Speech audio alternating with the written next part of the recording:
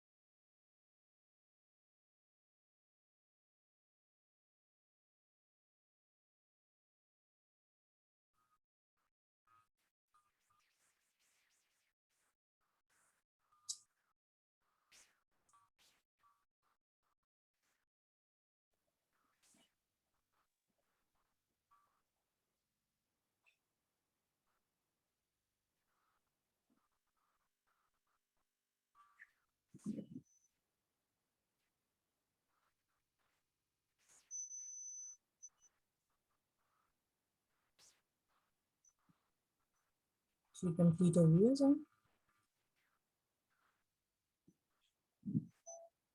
میری طرف تو آواز نہیں آتی ہے۔ جی ہو گئی ہے، آسان ہو گیا، جی کمپلیٹ۔ جی ہوگا۔ بسم اللہ الرحمن الرحیم۔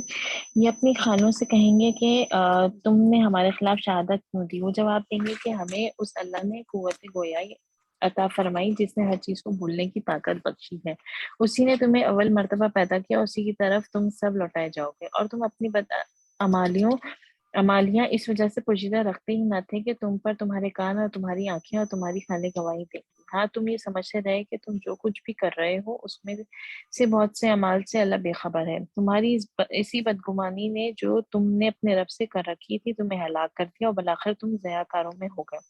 اب اگر یہ صبر کریں تو بھی ان کا ٹھکانہ جہنم ہی ہے، اور اگر یہ معافی چاہیں تو وہ معافی بھی نہیں دیے جائیں گے۔ اور ہم نے ان کے کچھ ہم نشین مقرر کر رکھے تھے جنہوں نے ان کے اگلے پچھلے اعمال ان کی نگاہوں میں خوبصورت بنا رکھے تھے، اور ان کے حق میں بھی اللہ کا قول ان امتوں کے ساتھ پورا ہوا جو ان سے پہلے جنوں انسانوں کی گزر چکی ہے۔ یقیناً وہ ضیاء کار ثابت ہوئے۔ اور کافروں نے کہا، اس قرآن کو سنو ہی مت اور بیہودہ گوئی کرو، کیا عجب کہ تم غالب آ جاؤ۔ بس یقیناً ہم ان کافروں کو سخت عذاب کا مزہ چکھائیں گے، اور انہیں ان کے بدترین اعمال کا بدلہ ضرور ضرور دیں گے۔ اللہ کے اب یہ دشمنوں کی دیکھیں سزا یہی 26 دوزخ۔ آیت کے اندر کیا ہے، ان کا حربہ کیا ہے کفار کا، کہ قرآن کو سنیں ہی نہ، بلکہ کیا کریں، یا تو میوزک یا شور شرابہ شروع کر دیں تاکہ اس کا اثر ہی کم ہو جائے۔ تو یہ چیز سب سے ناپسندیدہ ہے، ایون یہ ہمارے لیے بھی، کیونکہ ویسے تو خاص کر ان کے لیے ذکر کیا جا رہا ہے کہ وہ قرآن کو نہیں سنتے، لیکن مسلمانوں کے لیے کیا قرآن کا ذکر ہے کہ جب قرآن پڑھا جا رہا ہو تو تمام لوگ خاموشی سے سنیں تاکہ وہ آپ کے دل پر اثر کرے۔ قرآن کی تلاوت کے وقت یا پڑھے جانے کے وقت شور شرابہ بالکل نہیں ہونا چاہیے، اور ان کا یہ جو عمل تھا یہ اللہ تعالیٰ کو ان کا یہ حربہ بالکل پسند نہیں تھا۔ جی اللہ کے دشمنوں کی سزا یہی دوزخ کی آگ ہے جس میں ان کا ہمیشگی کا گھر ہے۔ یہ بدلہ ہے ہماری آیتوں سے انکار کرنے کا۔ اور کافر لوگ کہیں گے اے ہمارے رب ہمیں جنوں انسانوں کے وہ دونوں فریق دکھا جنہوں نے ہمیں گمراہ کیا، تاکہ ہم انہیں اپنے قدموں تلے ڈال دیں تاکہ وہ جہنم میں سب سے نیچے ہو جائیں۔ واقعی جن لوگوں نے کہا کہ ہمارا پروردگار اللہ ہے پھر اسی پر قائم رہے، ان کے پاس فرشتے کہتے ہوئے آتے ہیں کہ تم کچھ بھی اندیشہ اور غم نہ کرو بلکہ اس جنت کی بشارت سن لو جس کا تم وعدہ دیے گئے ہو۔ تمہاری دینی زندگی میں بھی ہم تمہارے رفیق ہیں، آخرت میں بھی رہیں گے۔ جس چیز کو تمہارا جی چاہے جو کچھ تم مانگو سب تمہارے لیے جنت میں موجود ہے۔ جی اب یہ دیکھیں غفور جو رحیم 30 معبود۔ ہے، آیت نمبر 30 ہے حامیم سجدہ کی، اور 31 ہے جس میں بتایا جا رہا ہے کہ ان کا جو کہنا ہے وہ یہ کہ اللہ میرا رب ہے، استقامت اختیار کرتے ہیں، لوگوں کی تائید یا فرشتوں سے اللہ تعالیٰ کرتا ہے، مطلب ان کی مدد کرتا ہے اور انہیں خوف اور غم سے نکال دیتا ہے، جنت میں داخل کرتا ہے، خوشخبری دیتے ہیں اور دنیا اور آخرت میں ان کے دوست بن جاتے ہیں۔ تو یہاں پر کیا ہے، جو نیک لوگ ہیں اور نیک عمل کرتے ہیں اور اللہ کے بتائی ہوئی تعلیمات پر عمل کرتے ہیں تو اللہ تعالیٰ ان کا مددگار بھی ہوتا ہے، انہیں استقامت بھی دیتا ہے۔ استقامت مطلب مسلسل ایک مسلسل مزاجی ہوتی ہے، تحمل مزاجی ہوتی ہے، وہ بھی دیتا ہے، اور پھر ان کا جو ٹھکانہ ہے وہ جنت ہوتا ہے، اور جنت میں ان کے جو دوست اور ساتھی ہوتے ہیں وہ نیک لوگ ہوتے ہیں۔ جی غفور و رحیم معبود کی طرف سے یہ کچھ بطور مہمانی کے ہے، اور اس سے زیادہ اچھی بات والا کون ہے جو اللہ کی طرف بلائے اور نیک کام کرے اور کہے کہ میں یقیناً مسلمانوں میں سے ہوں۔ نیکی اور بدی برابر نہیں ہوتی، برائی کو بھلائی سے دفع کرو، پھر وہی جس کے اور تمہارے درمیان دشمنی ہے ایسا ہو جائے گا جیسے دلی دوست۔ اور یہ یہ بات 34 آیت آپ نوٹ کر لیں، پھر سے کہا جا رہا ہے کہ اچھائی یعنی نیکی اور برائی جو ہے وہ برابر نہیں ہو سکتی، اور یہ پہلے بھی ہم قرآن میں پڑھ چکے ہیں کہ بتایا گیا کہ اندھا اور بینا برابر نہیں ہو سکتا، بالکل اس طریقے سے۔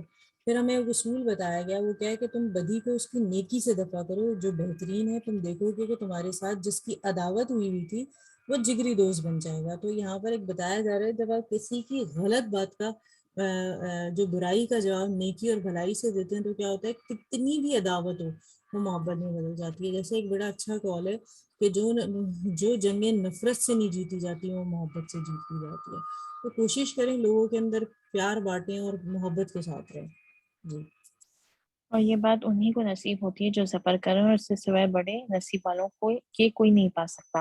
اور اگر شیطان کی طرف سے کوئی وسوسہ آئے تو اللہ سے پناہ طلب کرو، یقیناً وہ بہت ہی سننے والا جاننے والا ہے۔ جی اور 36 دن آیت رات آپ نوٹ کر لیں، جب بھی کوئی وسوسہ آئے گا، کوئی بھی چیز آپ کو بہکا رہی ہے دین کی طرف سے یا کسی بھی چیز سے، تو آپ نے پناہ اللہ سے مانگنی ہے۔ ایون کوئی برا خواب بھی دیکھنا ہے تو اٹھتے ہی اعوذ باللہ کرنا ہے۔ جی اور دن رات اور سورج چاند بھی اسی کی نشانیوں میں سے ہے۔ تم سورج کو سجدہ نہ کرو نہ چاند کو، بلکہ سجدہ اس اللہ کے لیے کرو جس نے ان سب کو پیدا کیا ہے، اگر تمہیں اسی کی عبادت کرنی ہے تو۔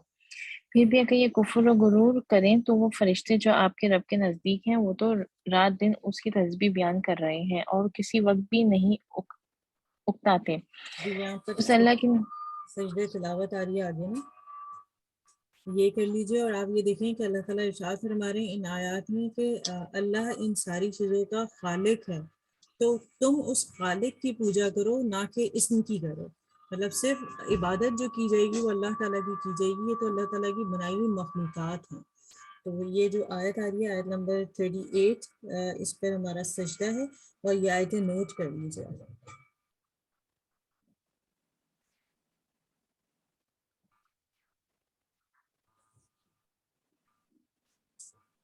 جی اس اللہ کی نشانیوں میں سے یہ بھی ہے کہ تو زمین کو دبی دبائی دیکھتا ہے، پھر جب ہم اس پر مینا برساتے ہیں تو وہ تر و تازہ ہو کر ابھرنے لگتی ہے۔ جس نے اسے زندہ کیا وہی یقینی طور پر مردوں کو بھی زندہ کرنے والا ہے، بے شک وہ ہر چیز پر قادر ہے۔ دیکھیں یہ بے والی شک جو مثال لوگ کئی بار گزر چکی ہے اور کئی بار ہم اس کو تیزی سے پڑھ چکے ہیں، لیکن حقیقت میں آپ دیکھیں کہ ایک ایسی زمین جو بالکل چٹیل میدان ہوتی ہے، پانی برستا ہے اور بیج بوتے ہیں اور آپ دیکھیں اس پہ پودے نکل آتے ہیں اور اس سے ہم پھل سبزی مطلب چیزیں فائدہ اٹھاتے ہیں۔ تو اللہ تعالیٰ مثال دے رہے ہیں بالکل اسی طرح انسان جب مٹی میں مل جائے گا اور اللہ تعالیٰ کی طرف سے حکم ہوگا تو وہ کھڑا ہو جائے گا اور زندہ ہو جائے گا. جی. بے شک جو لوگ ہماری آیتوں میں کذربی کرتے ہیں وہ کچھ ہم سے مخفی نہیں. بتاؤ تو جو آگ میں ڈالا جائے وہ اچھا ہے یا وہ جو امن و امان کے ساتھ قیامت کے دن آئے؟ تم جو چاہو کرتے چلے جاؤ، تمہارا سب کیا کرائے وہ دیکھ رہا ہے. جن لوگوں نے اپنے پاس قرآن پہنچ جانے کے باوجود اس سے کفر کیا وہ بھی ہم سے پوشیدہ نہیں. بے شک یہ بڑی باوقت کتاب ہے جس کے پاس باطل پھٹک بھی نہ سکتا، نہ اس کے آگے سے نہ اس کے پیچھے سے. یہ ہے نازل کردہ حکمتوں والے خوبیوں والے اللہ کی طرف سے. آپ سے وہی کہا جاتا ہے جو آپ سے پہلے کے رسولوں سے بھی کہا گیا ہے، یقیناً آپ کا رب معافی والا اور دردناک عذاب والا ہے. اور اگر ہم اسے اجمی زبان کا قرآن بناتے تو کہتے کہ اس کی آیتیں صاف صاف بیان کیوں نہیں کی گئی. یہ کیا کہ اجمی کتاب اور آپ عربی رسول.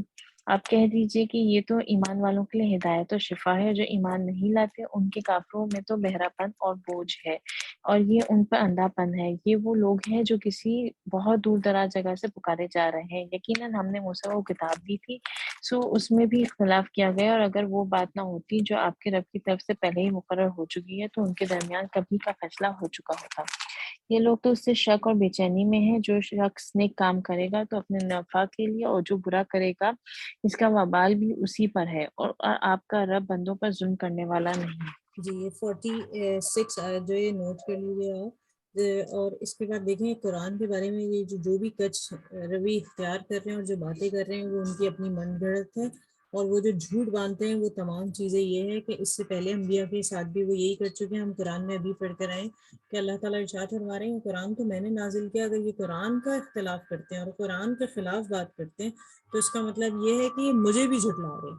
تو اللہ تعالیٰ نبی صلی اللہ علیہ وسلم سے آپ سوچیں اتنی محبت کرتے ہیں کہ وہ کہہ رہے ہیں کہ تم سے پہلے بھی انبیاء اور کتابیں جھٹلائی گئی ہیں، اور اس قرآن کو جھٹلانے کا مطلب مجھے جھٹلانا ہے. تو اللہ تعالیٰ ہمیں اس چیز سے بچا کے رکھے. اور آخری جو آیت ہے من عمل صالحا لنفسہ ومن اساء فعلیہا وما ربک بظلام للعبید، کہ جو کوئی نیک عمل کرے گا اپنے ہی لیے اچھا کرے گا، جو بدی کرے گا اس کا وبال اسی پر ہے، اور تیرا رب اپنے بندوں کے حق میں ظالم نہیں ہے. ظالم کیا ہے کہ جو آپ عمل کر رہے ہیں آپ کو اتنا ہی اجر ملے گا، نیک کو نیک اور بد کو بد. تو اللہ تعالیٰ ہم سب کو نیکی کرنے والا بنائے اور اس پر چلنے والا بنائے. دعا کر لیتے ہیں اللہم آمین ساشتی کی قبری اللہم رحمنی بالقرآن العظیم وجعلنی اماما ونورا وہدا ورحمہ اللہم ذکرنی من ما نسیت وعلمنی من ما جہل وارزقنی تلاوتہ آناء اللیل وآناء النہار وجعلہ لی حجۃ یا رب العالمین. آمین.